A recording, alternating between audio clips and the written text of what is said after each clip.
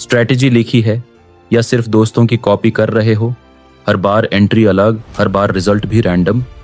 Trading का मतलब हर रोज नए सिग्नल फॉलो करना है या एक ही स्ट्रैटेजी बार बार रिपीट करनी है? क्या एसएल फिक्स्ड है या हर बार चेंज करते हो? प्लान बनाते हो या गेस लेते हो? मार्केट फॉलो करो या मार्केट समझो? प्रॉफिट कब आता है, सिग्नल से या सिस्टम से? ट्रेडर बनना है या सिग्नल एडिक्ट? स्ट्रैटेजी आपका एसेट है या सिग्नल आपका ट्रैप? आज डिसाइड होगा, आप लीडर हो या फॉलोअर।